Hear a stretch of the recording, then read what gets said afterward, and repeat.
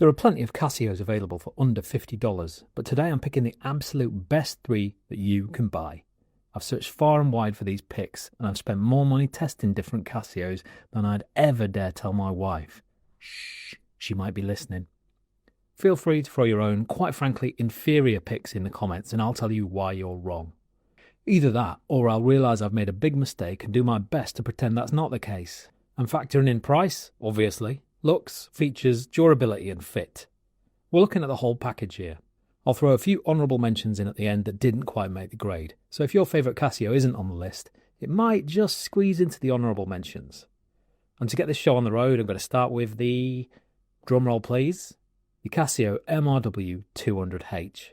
Although I haven't set any rules for this beyond the watches costing less than $50, I did want to include at least one analogue in the picks.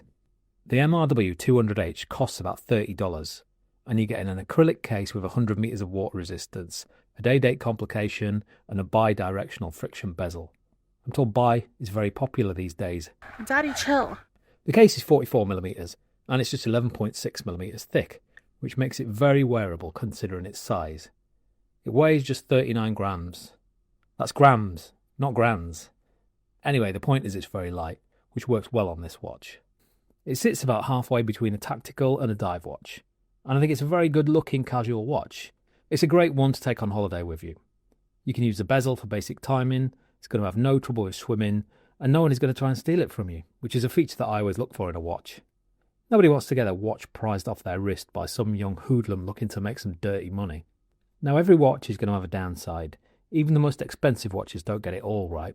On the MRW 200H, the lume sucks more than a porn star with a debt to pay.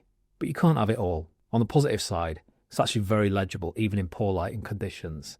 Okay, maybe not in complete darkness, but it's generally good enough to read when there's some kind of light source available, no matter how weak. I've heard a few people say this one is a bit toy-like, but I don't really see it. It's super legible, lightweight, and it can take a whack too. Even if you do scratch the crystal, you can easily polish it back out and restore it to its former glory. Here's one I restored recently. It's like bringing back the dead when you polish an acrylic crystal up. Your watch gets a new lease of life, much like a reanimated corpse. That's my first pick locked in. 1 down, 2 to go. Let's go for a digital watch this time. Now digital is where Casio really shines, so there's a lot of choice. That makes this one very hotly contested. If I don't pick the F91, I'd imagine I'll take a pasting in the comments from either nerds or terrorists or both. Newsflash, I'm not picking the F91. So feel free to obliterate me in the comments.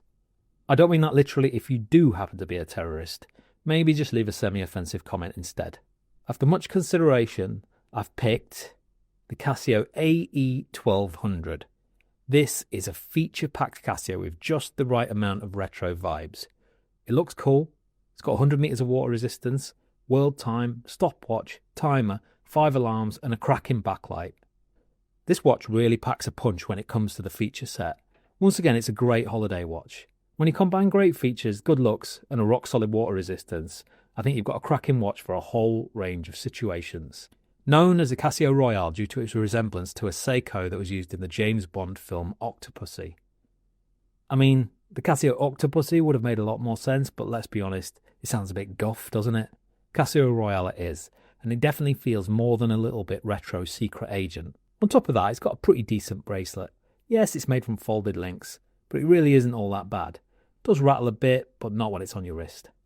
And although it's not the sleekest of Casios, measuring 45mm by 42mm and coming in at 12.5mm in thickness, it does wear pretty well. My wrist isn't exactly Popeye-like, but it fits me nicely. For the record, my wrist is 6.75 inches. And for my final choice, I've debated this one a lot. Do I go for something sporty, a classic, an Anidigi? Nope. I'm going with the Casio A168. And even though I personally prefer the Casio A158 purely based on looks, I can recognise that the A168 is the better overall watch. The A168 is like the F91W's cooler older brother that is allowed to go in pubs and has got a girlfriend. Feels like the F91, but it's just that little bit more substantial. Oh, and they fixed the backlight too. Okay, we've got a fairly limited feature set, but it's pretty much all you need. For your money, you're getting a stopwatch, an alarm, an electroluminescent backlight, and well, that's kind of it. Unfortunately, you only get water resistant on this watch, meaning it's not one for swimming with. But the backlight is so good that you kind of forget about that. But just look at it. It's a little stunner. And it looks so much better in person than it does in photos. I think they've got the design of this one absolutely nailed.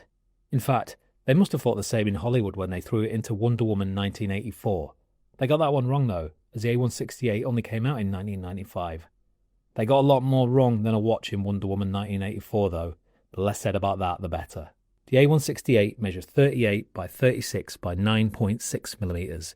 If you like them slim, it ticks the box. It's quintessentially Casio. It's the kind of watch that people will instantly recognize as a Casio, even if they've never seen it before. And I think that is exactly what you want from a Casio watch. Now it's time for some honourable mentions. Now I did come very close to picking the Casio MQ24, and while it is a cracking little watch, the additional features of the MRW200H just swung it in its favour. The MQ24 is basically the analogue F91. It's one of Casio's cheapest watches, and it's got a utilitarian vibe that much cooler people than me would appreciate. I've seen this one on the wrist of many a hipster, complemented with a tiny beanie hat, a beard, and trousers that need a taxi ride to reach the shoes. Another watch that almost made the grade was the Casio F105. It's got the same backlight as the A168, but it still looks a lot like the F91. If it had better water resistance, it would have really been a contender. But when it comes to digitals, it's very difficult to compete with the AE1200. It just offers so much value for money and it looks cool too. So that's it. The 3 best Casios for under $50, in my humble opinion. The MRW200H, the AE1200, and the A168. Do you agree with me? Disagree? Do your worst in the comments. Let me know which your favourite Casios are. And while you're doing that, I'm going to revel in my far superior choices. Until next time.